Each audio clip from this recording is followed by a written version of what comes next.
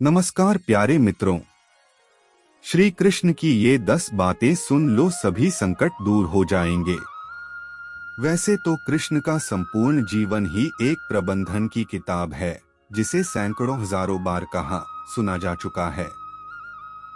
कुरुक्षेत्र में दो सेनाओं के बीच खड़े होकर भारी तनाव के समय कृष्ण ने अर्जुन को जो ज्ञान दिया, वो दुनिया का श्रेष्ठतम ज्ञान है। गीता का जन्म युद्ध के मैदान में दो सेनाओं के बीच हुआ। जीवन की श्रेष्ठतम बातें भारी तनाव और दबाव में ही होती हैं। अगर आप दिमाग को शांत और मन को स्थिर रखने की कोशिश करें, तो सबसे बुरी परिस्थितियों में भी आप अपने लिए कुछ बहुत बेहतरीन निकाल पाएंगे। ये कृष्ण सिखाते हैं। गीता पढ़ने से पहले अगर इसी बात को समझ लिया जाए, तो गीता पढ़ना सफल हुआ। कृष्ण का जीवन ऐसी ही बातों से भरा पड़ा है, जरूरत है नजरिए की। उनका जीवन आपके लिए माइथोलॉजी का एक हिस्सा मात्र भी हो सकता है, और आपका पूरा जीवन बदल कर रख देने वाला ज्ञान भी। आवश्यकता हमारी है, हम उनके जीवन से लेना क्या चाहते हैं। कृष्ण मात्र कथाओं में पढ़ा या सुना जाने वाला पात्र नहीं है, वो चरित्र और व्यवहार में उतारे जाने वाले देवता हैं। कृष्ण से सीखें कैसे जीवन को श्रेष्ठ बनाया जाए। 10 बातें हैं जो अगर व्यवहार में उतार ली तो सफलता निश्चित मिलेगी। 1. शुरू से अंत तक जीवन संघर्ष ही है।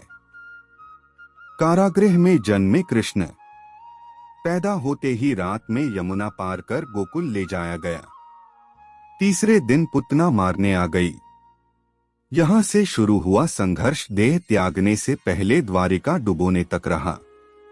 कृष्ण का जीवन कहता है, आप कोई भी हो, संसार में आए हैं तो संघर्ष हमेशा रहेगा। मानव जीवन में आकर परमात्मा भी सांसारिक चुनौतियों से बच नहीं सकता।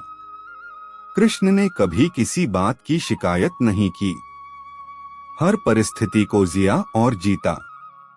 कृष्ण कहते हैं, परिस्थितियों से भागो मत, उसके सामने डटकर खड़े हो जाओ, क्योंकि कर्म करना ही मानव जीवन का पहला कर्तव्य है। हम कर्मों से ही परेशानियों से जीत सकते हैं। 2. स्वस्थ शरीर से ही विजय है। कृष्ण का बचपन माखन मिश्री खाते हुए गुजरा। आज भी भोग लगाते हैं हम, लेकिन ये संकेत कुछ और है। आहार अच्छा हो, शुद्ध हो, बल देने वाला हो। बचपन में शरीर को अच्छा आहार मिलेगा तो ही इंसान युवा होकर वीर बनेगा। शरीर को स्वस्थ रखना है तो बचपन से ध्यान देने की जरूरत है। ये पेरेंटिंग के दौर से गुजर रहे युवाओं के लिए बड़ा मैसेज है। अपने बच्चों को ऐसा खाना दें जो उनको बल दे।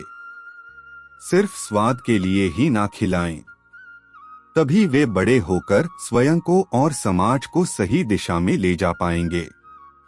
3. पढ़ाई किताबी ना हो, रचनात्मक हो। कृष्ण ने अपनी शिक्षा मध्य प्रदेश के उज्जैन में सांदीपनी ऋषि के आश्रम में रहकर पूरी की थी। कहा जाता है 64 दिन में उन्होंने 64 कलाओं का ज्ञान हासिल कर लिया था। वैदिक ज्ञान के अलावा उन्होंने कलाएं सीखीं। शिक्षा ऐसी ही होनी चाहिए जो हमारे व्यक्तित्व का रचनात्मक विकास करे। संगीत, नृत्य, युद्ध सहित 64 कलाओं कृष्ण के व्यक्तित्व का हिस्सा हैं। बच्चों में कोरा ज्ञान न भरें, उनकी रचनात्मकता को नए आयाम मिलें, ऐसी शिक्षा व्यवस्था हो। 4. रिश्तों से ही जीवन है, बिना रिश्तों के कुछ नहीं।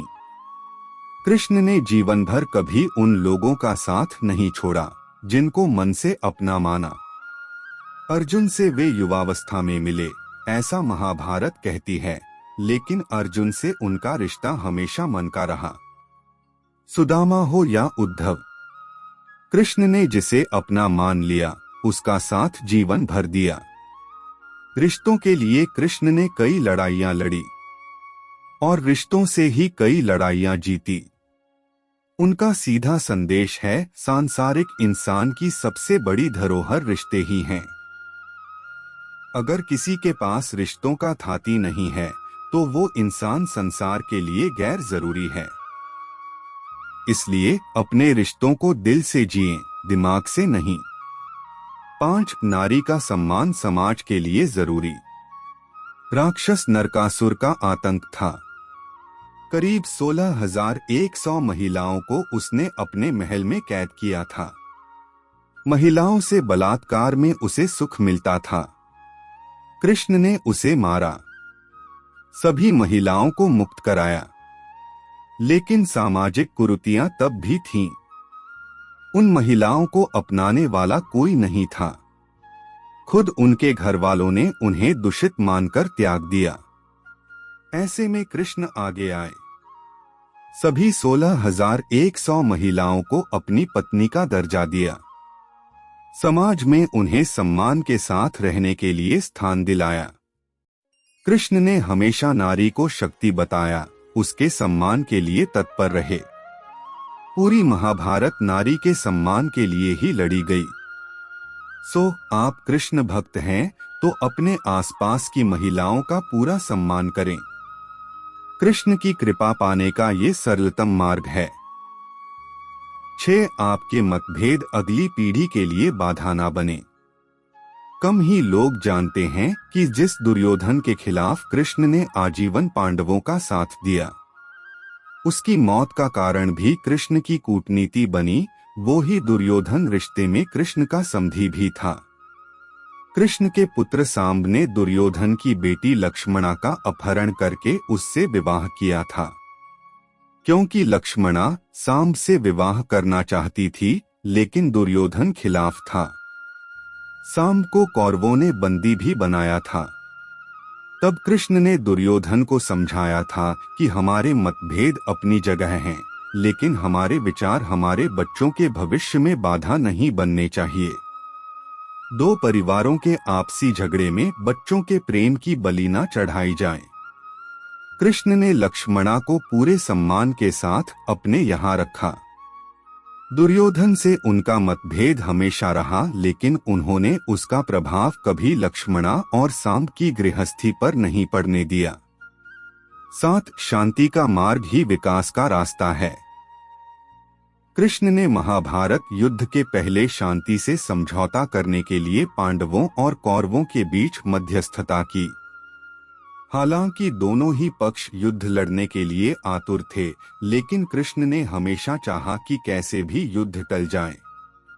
झगड़ों से कभी समस्याओं का समाधान नहीं होता है। शांति के मार्ग पर चलकर ही हम समाज का रचनात्मक विकास कर सकते हैं।